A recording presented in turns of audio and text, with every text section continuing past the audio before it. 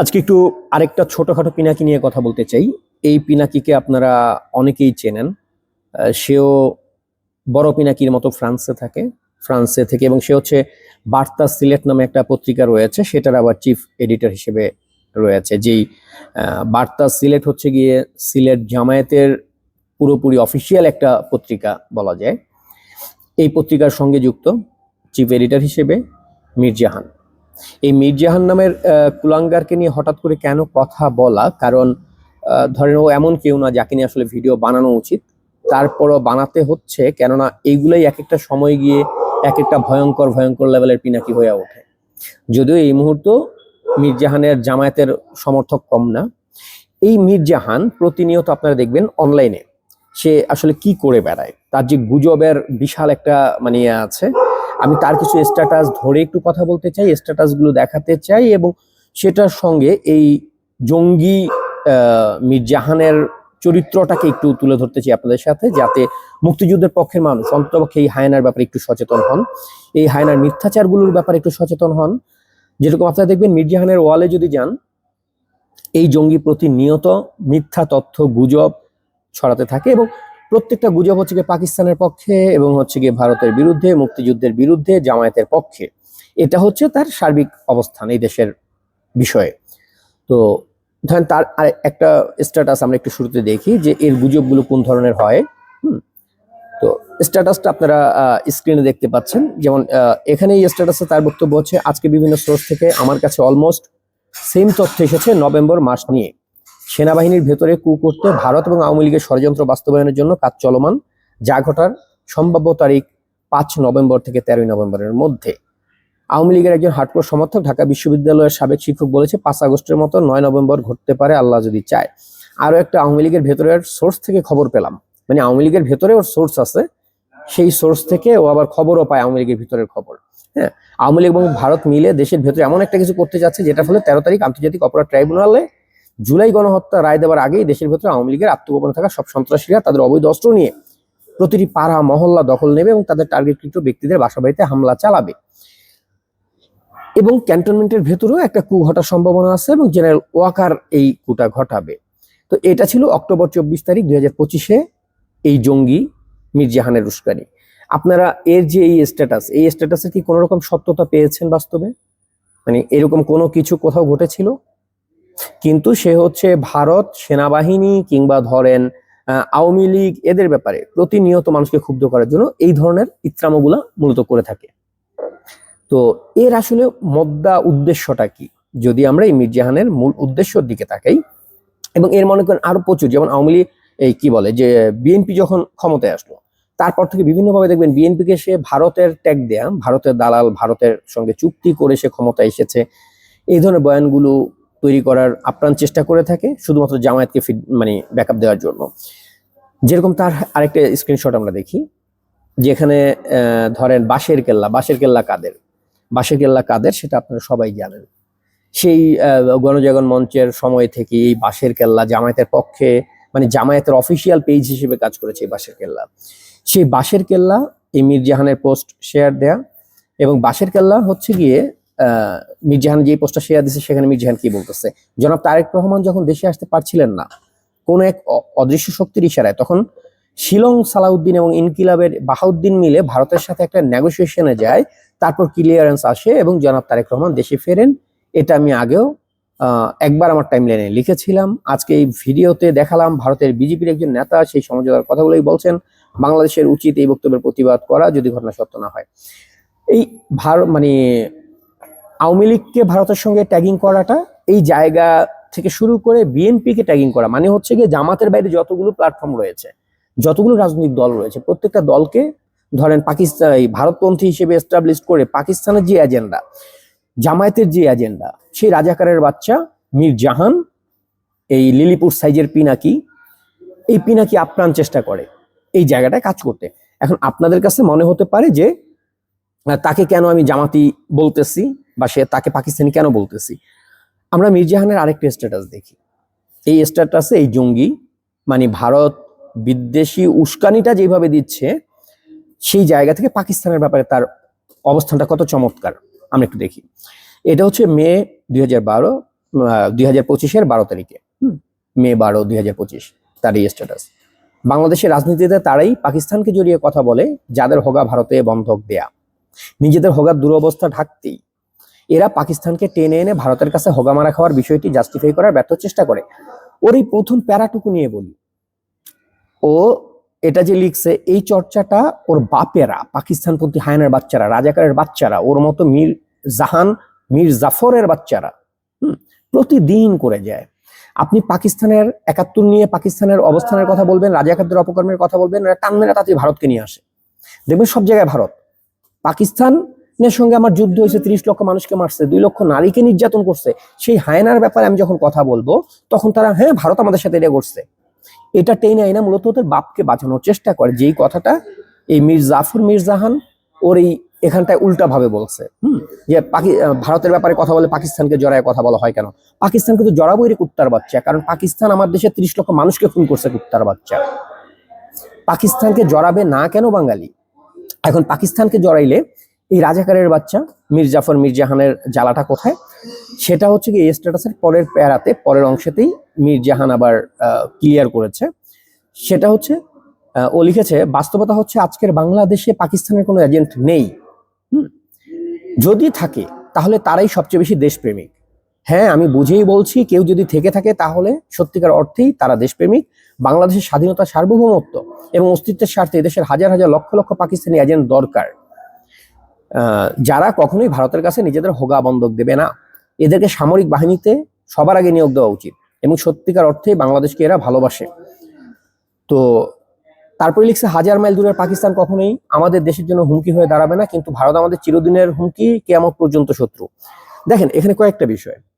এই কুলাঙ্গারের বাচ্চা, এই রাজাকারের বাচ্চা, পাকিস্তানপন্থী হায়নার বাচ্চা বলতেছে পাকিস্তানের যারা এজেন্ট এই দেশে তাদেরকে সেনাবাহিনীতে সবার আগে নিয়োগ দেওয়া উচিত, তারা বাংলাদেশকে ভালোবাসে।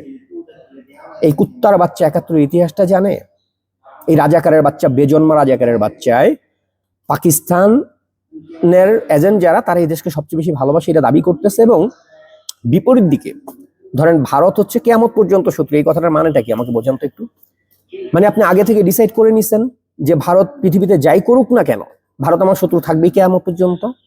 ভারতের বিরুদ্ধে একটা আগ্রাসন এড়িয়ে দেখেন, একটা আগ্রাসন যে মানে চোদায় এই ফকিন্নির বাচ্চাগুলো, পাকিস্তানি রাজাকারের বাচ্চাগুলো, ভারতের একটা আগ্রাসন কেন এখন দাইতে পারলো না?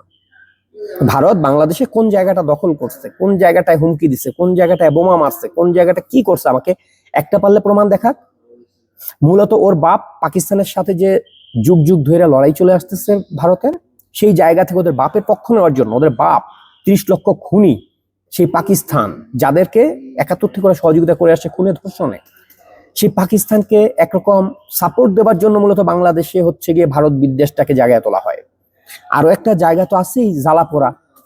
যদি 71 সালে ভারত যদি বাংলাদেশকে সাহায্য না করতো মুক্তিযুদ্ধে, তাহলে এত দ্রুত ওর বাপ পাকিস্তান পুটকি মারা খাইতো না হয়তো। অতএব সেই গোয়া মারা জ্বালা তো আছে। এখন সেই যেই দেশের বিরুদ্ধে আপনি যুদ্ধ করলেন, যেই দেশে 30 লক্ষ, যেই দেশের সেনাবাহিনী এবং এই দেশের এই মির্জাহানের বাপেরা মিল্লা 30 লক্ষ খুন করছে, 2 লক্ষ ধর্ষণ করছে, তাদেরকে আপনি দেশপ্রেমিক বানাইতেছেন, তারা এখন বাংলাদেশকে সবচেয়ে বেশি ভালোবাসে। আর যারা হচ্ছে গিয়ে সেই 30 লক্ষ খুনের বিরুদ্ধে দাঁড়ায় বাংলাদেশকে সাহায্য করছিল ইন্ডিয়া, সেই ইন্ডিয়াকে বানানো হচ্ছে এখন ভারত বিদ্বেষী, মানে বাংলাদেশ বিরোধী। ভারতকে বানানো হচ্ছে বাংলাদেশ বিরোধী। এই হচ্ছে গিয়া এই পাকিস্তানপন্থী হায়নার বাচ্চাদের রাজনীতি।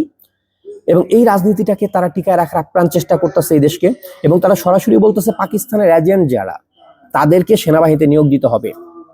এবং তারা অন্যদিকে সিদ্ধান্ত নিয়ে নিছে কিয়ামত পর্যন্ত ভারত শত্রু। ধরেন ভারতের বিরুদ্ধে আপনাদের যে অভিযোগ আছে, ধরেন কালকে ভারত গিয়ে এই অভিযোগগুলো সবগুলা থেকে মুক্তি পেল।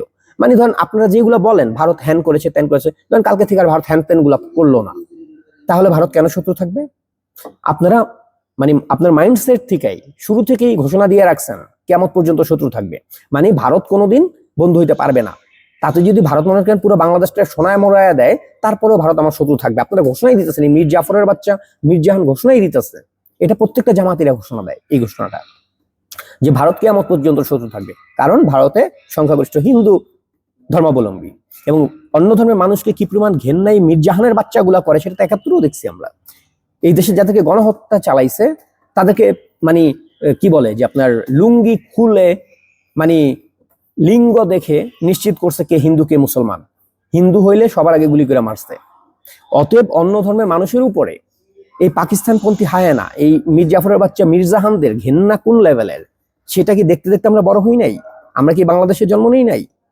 এই কুলাঙ্গার কুত্তার বাচ্চা, রাজাকারের বাচ্চাগুলো তো এই সোসাইটিতেই আছে। সো ওদের ন্যারেটিভ কি, ওরা কি বলতে চায়, ওরা কেন ভারতের বিরুদ্ধে জ্বালা পড়া, পুরো ব্যাপারটা তো আমাদের কাছে ক্লিয়ার।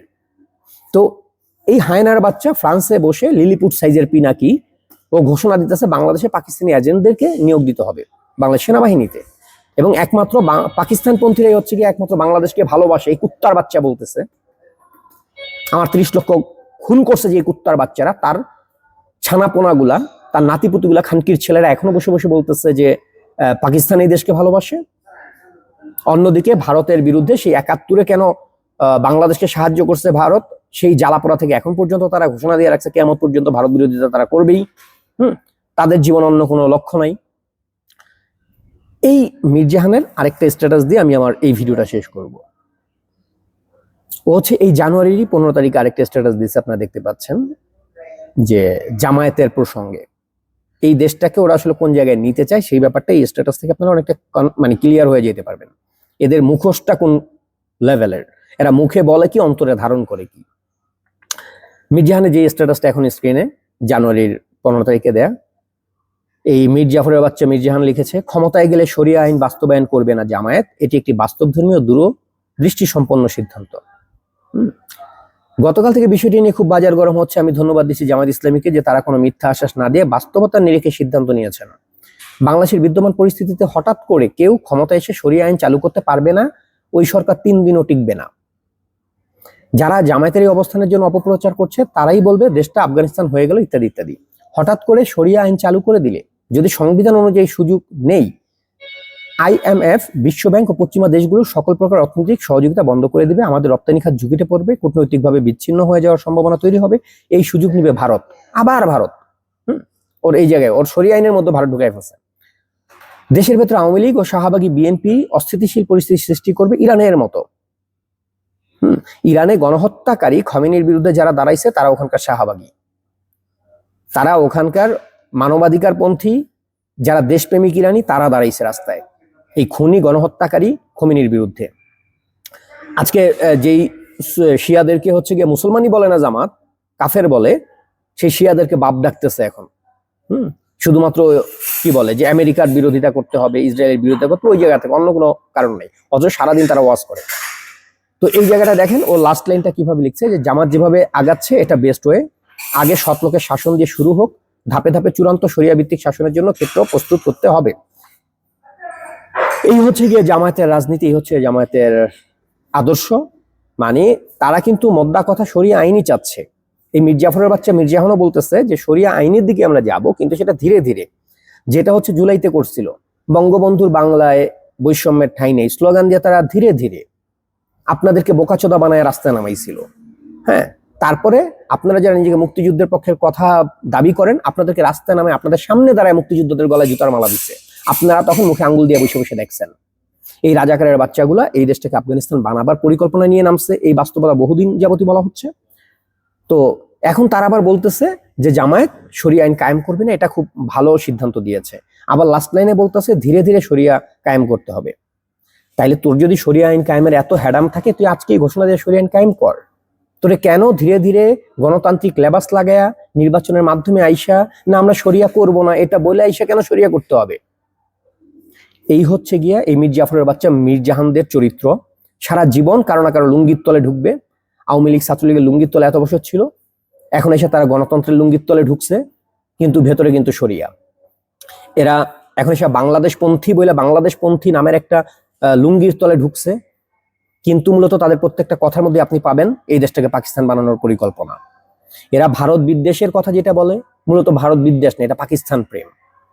পাকিস্তানের জঙ্গিদের অর্থায়নে এই কি বলে মির্জাহানরা পরিচালিত, তুরস্কের টাকায় পরিচালিত, পাকিস্তানি গোয়েন্দা এজেন্টের টাকায় পরিচালিত মির্জাহানরা। এই শুয়ারের বাচ্চাদের সম্পর্কে একটু সচেতন থাকেন। ওদের ভারত বিদ্বেষ, আওয়ামী লীগ বিদ্বেষ, ওদের মুক্তিযুদ্ধ বিদ্বেষ, এইগুলোর বিরুদ্ধে রুখে দাঁড়ান। মূলত এই প্রত্যেকটা জিনিস পাকিস্তান প্রেমের সাথে সম্পর্কিত। ওরা যাই করতেছে পুরো ব্যাপারটাই করতেছে পাকিস্তান প্রেমের জায়গা থেকে, এই দেশটাকে পূর্ব পাকিস্তান বানাতে, এই দেশটাকে আফগানিস্তান বানাতে। শরিয়া আইনের পক্ষে কথা বলা এইসব জঙ্গির বাচ্চাদেরকে এখনই চিহ্নিত করেন এবং এদের ব্যাপারে কথা বলেন। ধন্যবাদ সবাইকে।